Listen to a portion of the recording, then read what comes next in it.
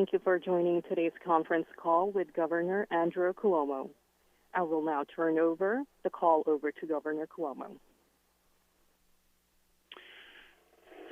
Good morning, guys. Thanks for getting on a little bit early. I have a call with the National Governors Association after this. I'm joined by Melissa DeRosa, Robert Mejica, Beth Garvey, Howard Zucker, and Gareth Rhodes. Today is day 276, and the overall state with the microclusters, 4.96. State without microclusters, 4.4. The microcluster positivity, 6.2. 66 New Yorkers passed away. They're in our thoughts and prayers. Hospitalization is 3,774, which is up 242. 718 COVID patients in ICU, up 37. 348 intubated, up 23. Western New York, still the highest infection rate in the state, 7.2. Finger Lakes, 6.2. Central New York, 5. Mid-Hudson, 4.7. Mohawk Valley, 4.4. Long Island, 3.9. Capital Region, 3.4. New York City, 3.1. North Country, 2.8. Southern Tier, 2.6. Statewide, 3.9 on a 7-day average. The numbers are going up. We expected the numbers to go up. My projection is that the numbers will continue to go up through the holiday season. We focused on Thanksgiving as a day or as a weekend. Thanksgiving was not a day or a weekend. It was the commencement of the holiday season. And the holiday season is a season of increased social activity. And increased social activity increases the viral transmission. The COVID Grinch seizes the opportunity of the holiday season for increased viral transmission rate. COVID Grinch is an opportunist. You can quote Dr. Howard Zucker saying that. Sounds more official when it comes from a doctor. Sounds kind of silly when it comes from me. So I think the rate will continue through New Year's. I hope the rate stabilizes post New Year's Eve, New Year's Day. That would be 7 to 10 days afterwards. So I think you're looking at mid-January for stabilization of the rate. I hope. But that's just a projection. But the numbers are going up. The number one priority when you get into this situation, hospitalization and overwhelming the hospitals. And that's what we announced we're focusing on, along with a 5-part strategy, and we're continuing to do that. The light at the end of the tunnel is the vaccination. And that will end this epidemic. The question is, when does the vaccination hit critical mass? If you listen to the experts, they will project summer, late summer, September, before it hits critical mass. So that is a relatively long period of time, although we can see the goal line. That also depends on how effective we are at distributing the vaccine. And distributing the vaccine is going to be the greatest governmental undertaking since COVID began. It is much more ambitious than COVID testing, which thus far has been the most ambitious governmental operation undertaken since I have been in government. How do you now vaccinate the entire population of the state of New York. And I use these numbers with you. I use them with President-elect Biden, who repeated the numbers because he found them striking. The country has done about 120 million COVID tests nationwide, with everybody focused on doing COVID tests. Now you have to do 330 million vaccinations. It took you 9 months to do 120 million COVID tests. How long is it going to take you to do 330 million vaccinations? Likewise, New York State. We have not yet, we're the number one state in the nation on taking tests. 9 months working at it every day. We still haven't done a number that reaches the total population of the state of New York. And that's 9 months. And that's a COVID test, which is not by and large, a frightening test or a test that has a lot of skepticism about it. There's a lot of skepticism about this vaccination. And there's going to have to be public education and outreach unparalleled to get people to the point where they're going to take this vaccine. I mentioned the Kaiser poll, 60% of Americans don't trust the FDA approval process. Pew poll, 50%. So the vaccination program is going to be a major governmental undertaking, and it has to be done right. As we sit here today, there are 3 problems that I have been focusing on and bringing to the attention of the federal government that I think are gross omissions that are going to fundamentally impede effective vaccination. Number 1, it is an expensive undertaking, and the federal government has provided virtually no funding for the states to do this. Literally $200 million provided by the federal government. The states are not in a position to fund the vaccination process. The states are running deficits. The federal government hasn't even funded the current deficit. Now you think the states are in a position to fund a vaccination program? They're not. They're pressing the states and local governments to actually cut the budgets, lay off essential workers who would be the same people who would implement this vaccination program. So the first issue is there's been no federal funding to actually implement the vaccination program. The pharmaceutical companies developed the drug. Why? Because it's what they do, it's their business, it's also their responsibility, corporate responsibility, also because they are going to make large profits. So they did what they had to do.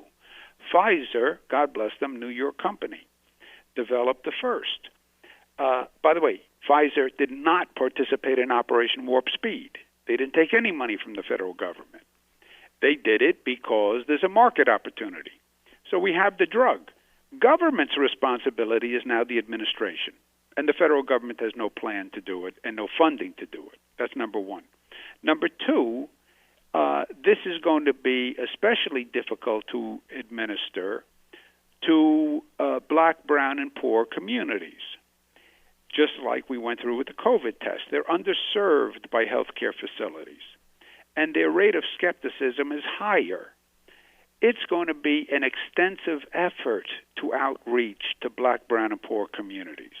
You're going to have to partner with black churches. You're going to have to go into public housing projects. You're going to have to run public information campaigns. We just went through this with the COVID tests. There's no such provision in the federal program. I believe that is discrimination, either by intent or by effect, and I believe it's illegal. And I am notifying the Congressional Black Caucus and other groups. We're working with the NAACP, we're working with the Urban League to inform the federal government that if they don't have an outreach program for the black and brown community, they are furthering the discriminatory effect and unequal effect of COVID. The death rate was double in the black community. The death rate was 1.5 times in the brown community. Those are the facts, because they had more underlying illnesses, because they have less health care services, and they received fewer COVID tests than the white community. So that's the second issue. Discriminatory intent or effect of the vaccine program for the black, brown, and poor communities. And the third issue, which I am sending a letter today to President-elect Joe Biden to notify him, as well as the Congressional Black Caucus and the Hispanic Caucus, and is going to be addressed to the Trump administration, is in the vaccine process as outlined by the federal government. They have said the states must sign what's called a data sharing agreement, where the states share data with the federal government as to whom they vaccinate. The data sharing agreement from the federal government specifically says the state should identify recipients using such identifiers as Social Security number, driver's license ID, or passport number. These are proxies for citizenship. The data sharing agreement also says that HHS can share this data with other federal agencies. Anybody who reads that language who knows what they're talking about, a little bell goes off and it says they're going to share it with ICE. Deja vu all over again. This is what I went through with them on the driver's license and trusted traveler program. They specify they want indices of citizenship in the vaccination program that the state would provide to HHS, and then HHS can share with anyone they want. That will dissuade the undocumented community from going near the vaccine. That will then impede the health of the undocumented community, but it will also impede the effectiveness of the entire vaccination program, because the vaccination program only works if everyone is vaccinated. You need to get up near 80% of the community for the vaccine to be effective. And if you are not reaching out to the black community and the brown community, and then you're alienating the undocumented community, you are making it virtually impossible for this vaccine program to work. We have been speaking to HHS about this. There's no reason why you need a Social Security number. We can identify people without using indices of citizenship. There's no reason why we have to send citizenship data to HHS about a vaccine. I'm releasing a letter signed by 54 of New York's groups that work with undocumented people, immigration groups, legal groups, all protesting this. I'm sending it to the New York delegation. I'm sending it to, as I mentioned, Congressional Black Caucus, Hispanic Caucus, President-elect Joe Biden. I am confident, knowing President-elect Joe Biden and his team, that they would not stand for this, but they're not there till January 20th. And this vaccination program is all being put in place by the Trump administration. So it sounds like President-elect Biden takes over very soon. But sometimes very soon isn't soon enough, because the Trump administration is making states sign these documents now because they're going to start distribution of the vaccine before President Biden takes office. So we are releasing that letter today. And as I said, I think it is illegal, and I think it is discriminatory, and I think it's a pattern of discriminatory acts taken by this administration and HHS. Last point, today is also World AIDS Day, and I know everyone has been consumed with the COVID pandemic, but we have also been consumed with ending the HIV/AIDS epidemic by 2020.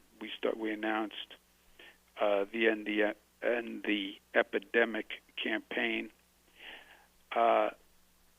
We're releasing today the 2019 data, which shows that HIV incidence and diagnoses have fallen to record lows in New York.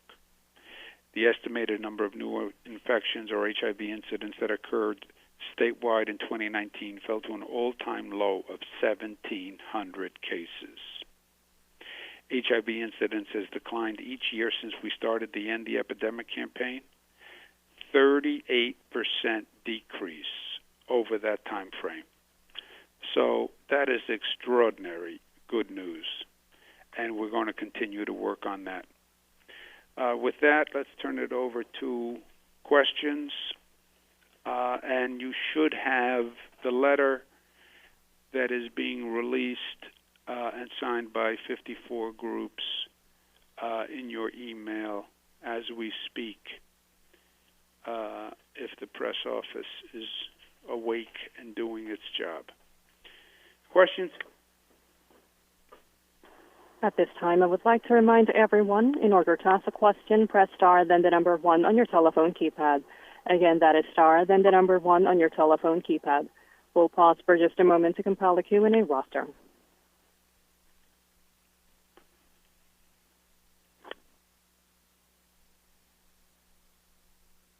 We have our first question coming from the line of Zach Fink with New York One. Your line is open. Hi, Governor. Good morning. Good to see you yesterday, Zach Fink. You as well, sir. I want to ask you, first of all, the mayor's office and the New York City Health Department is going forward with some new restrictions, urging people who are elderly or with underlying health conditions to basically stay home, not go out unless it is essential. How do you feel about those restrictions? Do you feel as though they're necessary in other parts of the state at this point? And just quickly, Gareth gave us a very alarming statistic yesterday regarding the number of hospitalizations, said that the 3,500 was, I believe, from March 23rd. It was the same number. How quickly, just for my own, I don't totally remember, how quickly did we get to the peak from that point, and when was that? And I believe the peak was, 19,000 total? Yes. 2 points. One, it is not a restriction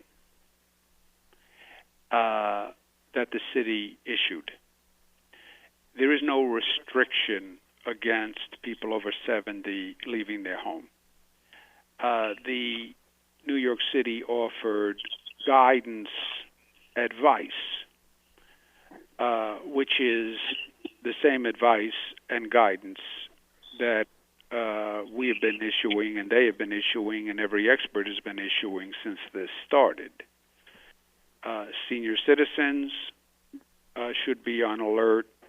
People over 70 years old should be on alert. Immunocompromised should be on alert. Nobody is being restricted. The city did not say that. You're 70 years old, you can do whatever you want to do in life. My advice is be careful. And my advice is if you can stay home, that's best. That's my advice. It's the mayor's advice. That's federal health officials' advice. That is not a restriction in the state of New York. You are not imprisoned in your home. unless you are imprisoned in your home, but that would be a whole criminal justice matter, etc. And as the numbers go up, the risk is going to increase. In terms of the number that we pointed out yesterday, same number of cases today as the day Elmhurst was overwhelmed. That is striking. And I saw your news report, and I thought you did it very well, considering the fact that you were holding an umbrella over your head at the same time, which probably made it more difficult. But the difference is this. The Elmhurst Hospital situation was a creation of a hospital system that had not what we call now load balanced. H&H has like 11 hospitals or 7 hospitals. Does anybody remember how many they have? 11 hospitals. That's the H&H system, has 11 hospitals. The highest number of cases were coming from the Elmhurst neighborhood, Corona, Queens, etc. But there were 11 hospitals. The other hospitals were not at capacity. What should have been happening was the people who were trying to enter Elmhurst, before they entered, should have been moved to the other hospitals so you balance the load. Not your scenario that you posed in the press conference. Well, once they come in, they're in a bed, and now they have tubes, and now you have to move them. No. Before they come in, you say, I'm going to take you 3 blocks away to my other hospital that has lower capacity, more staff time, etc. Systems were not load balancing. And that's why I was so insistent yesterday where we're now mandating load balancing. H&H is not the only system in the state. H&H is a public system. But we have other public systems, and we have private systems. Northwell must have 30 hospitals. The Kaleida in Buffalo has a number of hospitals. ECMC in Erie County, a number of hospitals. Their normal course of business is each hospital operates sort of as a separate fiefdom. I get that. But forget the normal course of business. So that's what the load balancing was all about. Also, the 3,500 number last time was predominantly in New York City. The 3,500 this time is all across the state. Now, that's good and that's bad. It means it's just not downstate hospitals handling the load. It's statewide. But it also means we don't have the same ability to move resources around the state the way we did.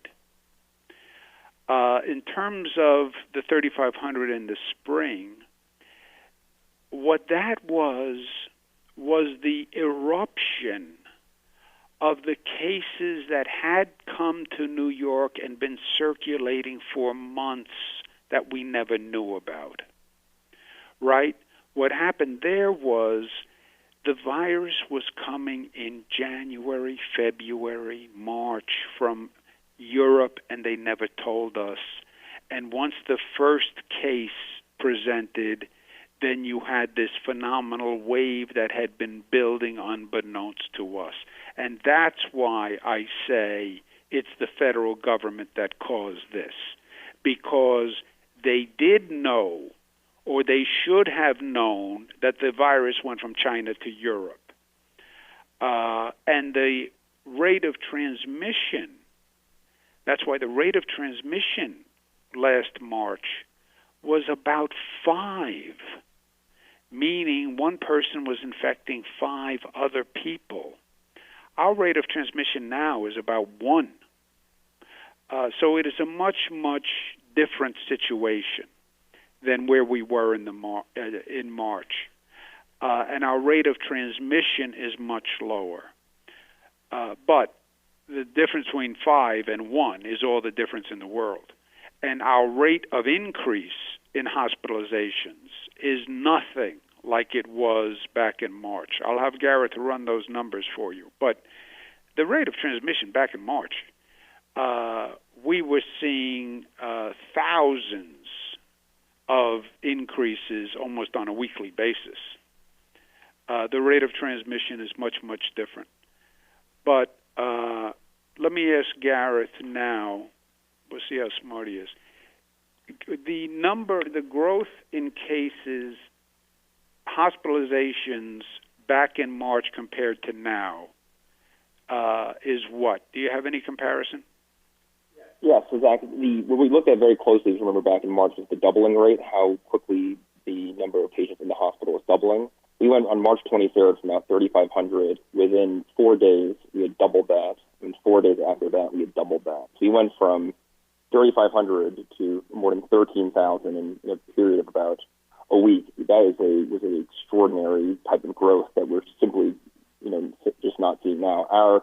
We're only seeing currently the number of total hospital growth every day. Right now, the average is about 150. So the rate of growth is nowhere close to what it was back in March. And we know based on the amount of data we have now, which we didn't have then, the number of new cases today, which we might see in hospitalizations tomorrow or a week from now or 2 weeks from now, just the amount of data we have and the amount of people who are seriously, the severity of infections, all this data we have now that we didn't have then. But as the governor said, the rate of growth it's night and day from what it was in March.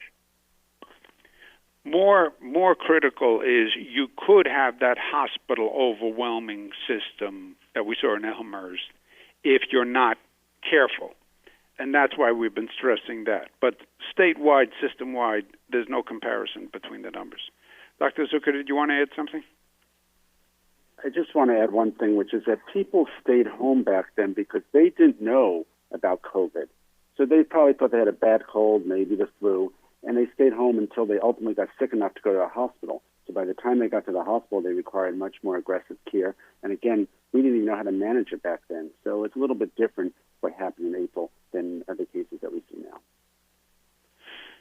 Next question, operator. We have our next question coming from the line of Jeff Kulikowski with News Channel 9. Your line is open. Hello, Governor. How are you today? Good, Jeff. How are we doing? Okay, thanks. I'm curious with several parts of Onondaga County in yellow zones and even others in orange zones and cases going up all over the state, and high school winter sports, the high-risk sports, on pause for now. Would you see any adjustment or anything as far as youth sports? So, youth basketball, youth hockey, youth indoor soccer, any kinds of restrictions on those at this point? Who wants to answer this? Beth. Yes, the Organizing Association for Youth Sports, for the organized high school sports and other modified sports, has delayed any of the winter activities until January 4th. So we are already on pause as it relates to a lot of those competitive sports right now. But one more question, operator. But I was looking at. Oh, I'm sorry. Go ahead, Jeff. Oh, I'm sorry, Governor. But I was looking at youth sports, so not the high school sports, but the sports that involve 7, 8, 9, 10, 11-year-old kids that aren't in those modified or high school level sports. We have continued to prohibit those higher risk sports. Low and moderate risk sports have been permitted to continue. So things like swimming, provided that those areas where they are participating in those activities are not in one of the restricted zones, those are permitted right now. But any of the sort of wrestling or hockey or contact sports like football or basketball even have still not been approved by the Department of Health. Operator, let's do one more question, please. Next question coming from the line of Therese Cruiser with Downtown Post, New York. Your line is open. Hello there, Governor. This is Therese. How are you, Therese? I'm all right. Thank you very much. I'd like to follow up on something from a few days ago when the Supreme Court handed down its decision regarding churches and how many people could be in them. At the time, you were not terribly concerned about it. You said the problem in Brooklyn had already gone away, and you didn't seem concerned in general. Have you thought any differently about that since then? No, I haven't.